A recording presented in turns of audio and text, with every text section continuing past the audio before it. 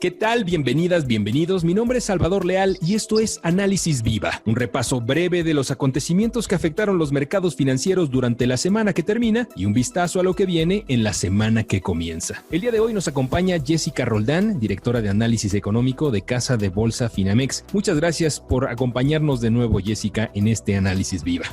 Hola, Salvador, ¿qué tal? Al contrario, muchas gracias a ustedes por invitarme nuevamente. Estoy encantada de estar aquí. Vamos, si te parece bien, al análisis. Esta semana se publicaron algunos datos que nos continúan ayudando a medir la magnitud de la recuperación económica. Jessica, cuéntanos un poquito acerca de esto. Empezamos, si te parece bien, a nivel internacional. Claro, Salvador. Bueno, hubo muchos datos para el caso de Estados Unidos que, como tú bien dices, nos ayudan a ir midiendo el pulso de la recuperación. Parecería que durante el segundo trimestre en la mayoría de las economías alrededor del mundo ya se tocó fondo. Por ejemplo, en Estados Unidos, por ahí de abril, tendría que haber sido el peor mes. En México ya vemos que para mayo fueron los datos más malos. En junio se espera un repunte. Entonces, los datos que hemos venido viendo, que son sobre todo datos un poco de junio, julio, e incluso algunos indicadores ya de expectativas para agosto, pues nos ayudan justo de nuevo a tener este pulso. Entonces, yendo a los datos particulares para Estados Unidos, hubo datos del sector de vivienda, en particular datos de inicio de construcción de casas y de permisos de construcción que son como aproximados o que nos dan una señal de cómo va a venir la construcción en meses hacia adelante. En este caso, estos datos fueron para el mes de julio y destacó que salieron bastante bien. Hubo incrementos de alrededor de 22.6%, por ejemplo, en el inicio de construcción de casas, incrementos de 18.8% para el permiso de construcción, todo eso entre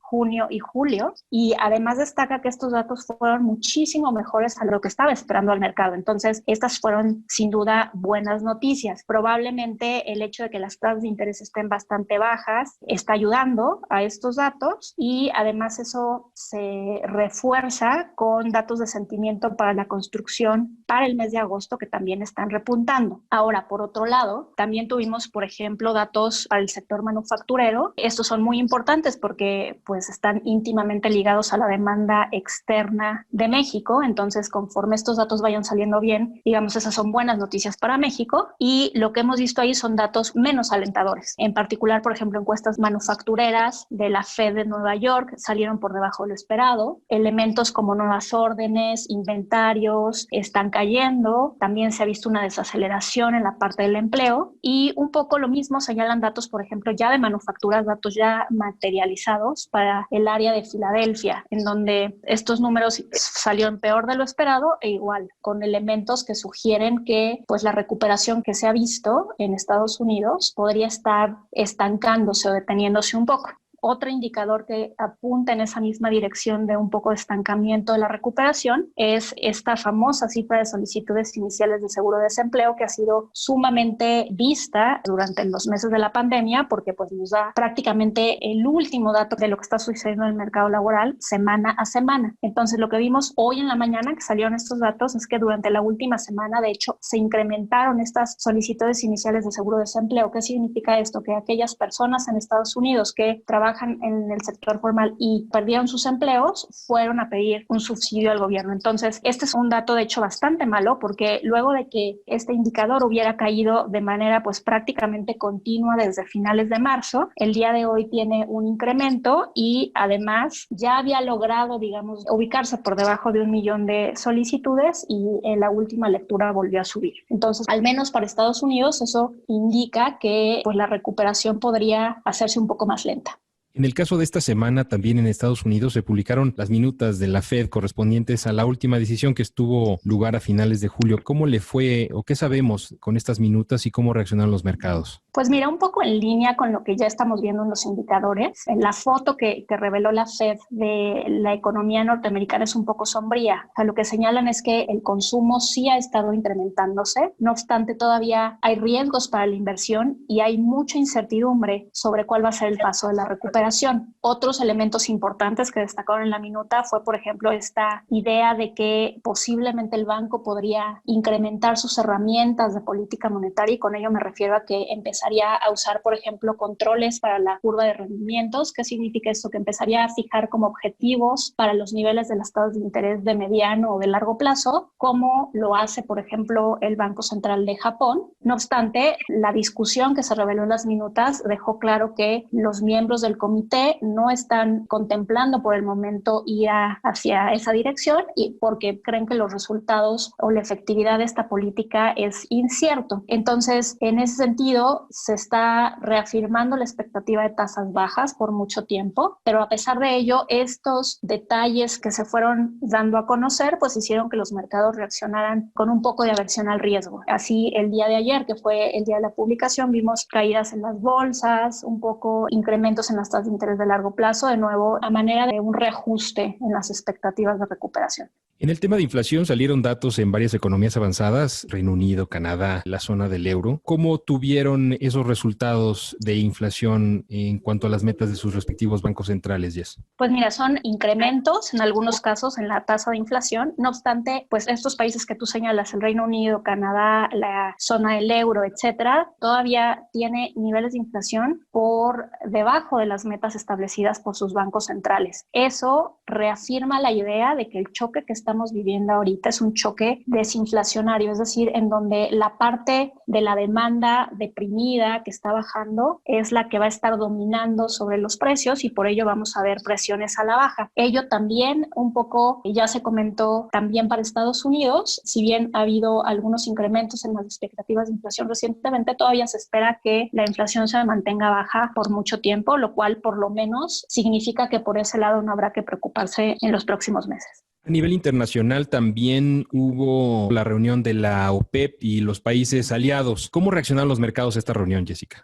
Exacto, también hubo una reunión a la mitad de semana de los países miembros de la OPEP, todo en miras a ver si se reconfirman estas cuotas de producción que han ayudado un poco a despresurizar el precio a la baja del precio del petróleo. Y bueno, lo que salió de esa reunión fue justo también un sentimiento de que pues la incertidumbre está pendiente y que eso va a pesar sobre la evolución del mercado petrolero en los próximos meses. Eso en combinación con los datos de Estados Unidos, sobre todo los últimos que salieron de desempleo, etcétera, lo que ha hecho es que se generen ciertas pérdidas en las referencias internacionales del precio del petróleo. Si bien los niveles de los precios están en niveles mucho mejores que los que vimos, por ejemplo, a principios de marzo o en abril, cuando el cuestionamiento sobre qué iba a pasar con el mercado, la recuperación, si realmente los países se iban a poner de acuerdo para recortar su producción y así ponerle, digamos, un piso a los precios, estaba latente. De cualquier manera, pues esto también contribuyó a que los mercados el día de hoy amanecieran con un poco de sentimiento de aversión al riesgo. Moviéndonos hacia el mercado local, hacia México, a pesar de que hubieron pocos datos esta semana, uno muy particular fue la confianza del consumidor para el mes de julio.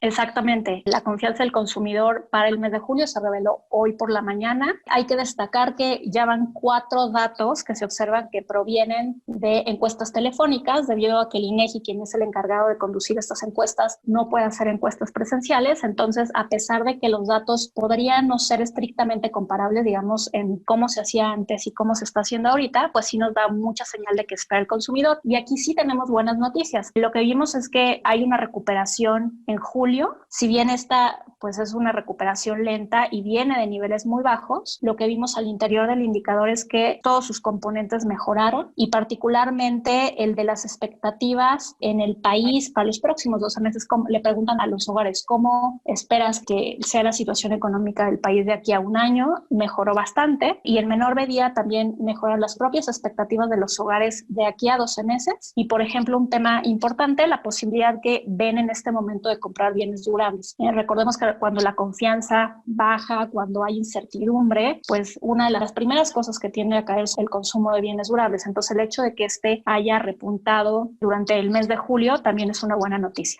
Recuérdanos rápidamente ejemplos de bienes durables. Estamos hablando de autos, de muebles. De muebles, de autos, de televisiones, por ejemplo, productos electrodomésticos, que son los que concentran, digamos, la compra de bienes durables de los hogares. Y ya tiene algunos días que se dio a conocer una nueva edición de la encuesta de Citibanamex que recopila los estimados de analistas de las principales variables económicas de México. ¿Ustedes cómo se encontraron en esta encuesta? Pues mira, lo que hemos visto en la encuesta es que las expectativas de crecimiento continúan reduciéndose para este año, si bien estas reducciones ya son muy marginales. En general, los analistas están ubicando o esperan más bien disminuciones de 2 dígitos para la economía, cerca de 10%. Nosotros en Finamex estamos esperando una contracción un poquito más grande de 11%. Y bueno, en otras variables importantes, como lo son el tipo de cambio, el mercado, los analistas esperan que cierre el año alrededor de niveles de 22.80. Nosotros esperamos que cierre un poquito más abajo en 22.50 pesos por dólar, si bien de nuevo ya está habiendo convergencia en las expectativas de los economistas. Otro tema interesante en la encuesta es que con respecto a la decisión de política monetaria y sobre todo ya que vimos la semana pasada que el Banco Central tomó una decisión que ya no fue unánime, pues ahí hay mucho más división. Por ejemplo, de los 26 analistas encuestados, 10 ya no esperan que haya reducciones, 16 sí esperan reducción y de esos 16, 6 esperan que todavía las reducciones sean de 50 puntos base, como lo han sido las últimas decisiones del Banco Central, y 10, entre ellos nosotros, esperamos que estos decrementos en la tasa de referencia continúen a disminuir en su magnitud, es decir, esperamos recortes de 25 puntos base la próxima decisión, que es a finales de septiembre. Si te parece bien, platiquemos acerca de lo que viene la próxima semana. Tengo entendido que este viernes salen los datos de PMIs preliminares para el mes de agosto en varios países y a partir de ahí podemos tener también pues un termómetro de la situación económica. Claro, ya hemos mencionado aquí que los datos de PMIs son indicadores adelantados que nos ayudan a ir viendo cómo va la evolución de la economía. Para este caso vamos a ver datos preliminares de agosto en Estados Unidos, en la eurozona, en el Reino Unido y bueno, también van a ser bastante importantes. En el caso de México vamos a ver además para este viernes ventas minoristas para el mes de junio, es decir, un poquito cómo va la parte del consumo. En Estados Unidos, además, la próxima semana conoceremos varios factores muy importantes. Uno de ellos, el sentimiento del consumidor para el mes de agosto, es un preliminar, ¿no? Exactamente, tendremos noticias sobre este sentimiento del consumidor que igual que para el caso de México es muy importante en Estados Unidos. No nada más eso, tendremos la segunda lectura del PIB para el segundo trimestre y además datos de ingreso y gasto personal que son importantes para determinar cómo pues irá la marcha del consumo hacia adelante. También habrá algunos datos importantes en Europa de actividad económica, sobre todo de empleo y ventas minoristas en varios países. Para el mercado mexicano, la próxima semana va a ser una semana movida en términos de datos. Platícanos un poco, ¿no? Inflación, el informe trimestral. Platícanos qué es lo que viene la próxima semana. Sí, va a ser una semana bastante ocupada con datos muy relevantes. Empezaremos el lunes con los datos de inflación para la primera quincena de agosto. El miércoles va a haber datos definitivos del PIB para el segundo trimestre del año. Las expectativas apuntan a que se confirme la contracción de 18.9% a tasa anual que ya nos había sugerido la cifra preliminar que se publicó hace casi un mes. También al mismo tiempo saldrán datos del IGAE, es decir, del Indicador Global de Actividad Económica para el mes de junio, que sabemos que tienen que salir mejores con respecto a su lectura previa en mayo, toda vez que ya tenemos la foto completa del PIB para el segundo trimestre. Y ese mismo día se publicará el informe trimestral del Banco de México. Ahí estaremos muy atentos a ver cómo modifican sus pronósticos, tanto de crecimiento como de inflación. Seguramente esto causará titulares en los periódicos. Además, veremos el jueves las minutas también del Banco Central, en donde nos enteraremos de la discusión al interior de la Junta de Gobierno de cómo estuvo esta última decisión, que de nuevo es muy importante señalar que ya no fue una decisión unánime, sino que en donde uno de los miembros de la Junta de Gobierno ya votó por una disminución menor a la de 50 puntos base que vimos y que pues va anunciando que hacia adelante podremos ver una Junta todavía más dividida con respecto a sus decisiones. Antes de terminar con este análisis viva, Jess, y aprovechando que ya estás aquí con nosotros, quisiéramos que nos platicaras un poco acerca de la variable de la inflación en México. Hace unos meses teníamos unos niveles, se consideraban pues bajos, por no decir buenos. Y sin embargo, poco a poco estos datos se han ido ampliando o el rango se ha comenzado a ampliar hacia arriba. ¿Qué es lo que está pasando en México? ¿Cuál es tu lectura respecto a la inflación de nuestro país? Pues como tú dices, Salvador, un tema súper relevante, sobre todo para cuáles van a ser las acciones futuras del Banco Central. Y déjenme, para poner esta discusión en contexto, recordar algunas cosas, ¿no? La inflación objetivo en México del Banco Central es alrededor de 3%. Este número es importante porque de cierta manera sirve como una referencia de cuál es el nivel de inflación, digámoslo aceptable, pero en el que las actividades económicas se conducen de manera eficaz. Entonces, partamos del hecho de que a finales del año pasado la inflación estaba en niveles de 2.83%, es decir, era un buen nivel, ligeramente por debajo. ¿Qué pasó? A principio de año tuvimos el incremento de algunos impuestos que hizo que la inflación subiera un poco y que empezáramos la pandemia, digamos, desde niveles de alrededor de 3.7%. Los choques que ha causado COVID-19, no nada más a la actividad económica, sino también a la inflación, pues evidentemente han afectado su evolución. Entonces, ¿qué sucedió? Que, por ejemplo, en abril vimos una disminución muy importante a niveles de 2.15%. Estos niveles no se observaban desde 2015. Entonces, de ahí la importancia de que hubiéramos llegado a niveles bajos. Pero bueno, pues ya para el mes de julio ya estamos en niveles de 3.62%. Esto significa un incremento desde abril, que llegó a su pico mínimo, hasta ahora de casi 1 punto porcentual y medio, lo cual es bastante. Y bueno, entonces aquí la pregunta es: ¿qué está pasando? Porque como si vemos o acabamos de comentar que en otros países la inflación está baja, por debajo de las metas de los bancos centrales, e incluso si comparamos la evolución de la inflación en otros países emergentes como Brasil, Colombia, Rusia, Sudáfrica, y vemos que han disminuido, ¿por qué en México están aumentando? Y bueno, aquí yo creo que para explicar esto hay que tener en cuenta que hay dos grandes componentes de la inflación. La inflación subyacente, que son aquellos precios que están un poco más ligados al ciclo económico, a la demanda y a la oferta agregadas a las decisiones de política monetaria, al tipo de cambio, etcétera. Esta inflación subyacente es el 75% de la inflación, entonces es un peso importante. Y por el otro lado tenemos a la inflación no subyacente. La inflación no subyacente está compuesta de precios que se determinan en los mercados internacionales y que tienen además mucha volatilidad, y en lo que decimos es que pues la política monetaria no tiene control sobre estos precios, ¿no? Entonces aquí, ¿qué incluimos? Por ejemplo, el precio de las frutas y verduras, de los bienes pecuarios, el precio de los energéticos,